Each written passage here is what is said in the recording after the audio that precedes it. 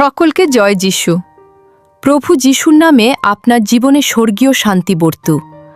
আজকে daily soup এর title হল এটাই আমার ঈশ্বর। বাইবেল পাঠ গীত সংহিতা ৩৬ অধ্যায়ের ৫ থেকে ১০ পদ।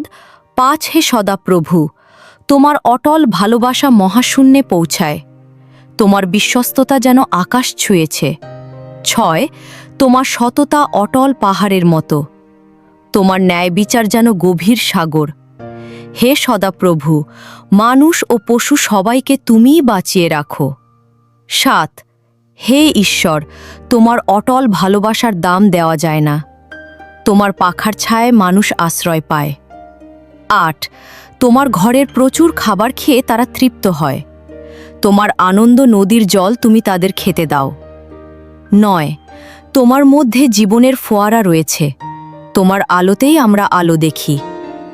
১০ যারা তোমাকে জানে তাদের প্রতি যেন তোমার অটল ভালোবাসা সব সময় থাকে, যাদের অন্তর খাঁটি তারা যেন সব সময় তোমার ন্যায় বিচার পায়।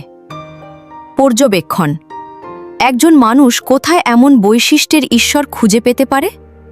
প্রেম, বিশ্বস্ততা, ধার্মিকতা, ন্যায় বিচার, রক্ষা, অবিচল প্রেম, আশ্রয়, প্রাচুর্য, আনন্দের নদী, জীবনের উৎস, আলো, দানশীলতা।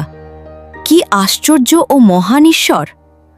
আমরা তাকে যেমন বানিয়েছি তিনি তেমন নন, তিনি প্রকৃতপক্ষে এমনই।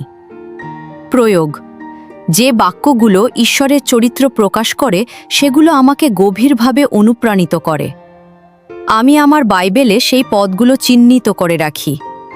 এগুলো আমাকে মনে করিয়ে দেয় যে আমি কত সৌভাগ্যবান, এমন এক মহান ঈশ্বরের সেবা করতে পারছি। যিনি এত অসাধারণ, তিনি আমার মধ্যে বাস করতে বেছে নিয়েছেন। এটি যদি সত্য না হতো তবে বিশ্বাস করাই কঠিন হতো। প্রার্থনা: হে প্রভু, আমাকে ভালোবাসার জন্য তোমাকে ধন্যবাদ, আমাকে ক্ষমা করার জন্য ধন্যবাদ, আমার মধ্যে বাস করার জন্য ধন্যবাদ। তুমি সত্যিই অসাধারণ। আমেন।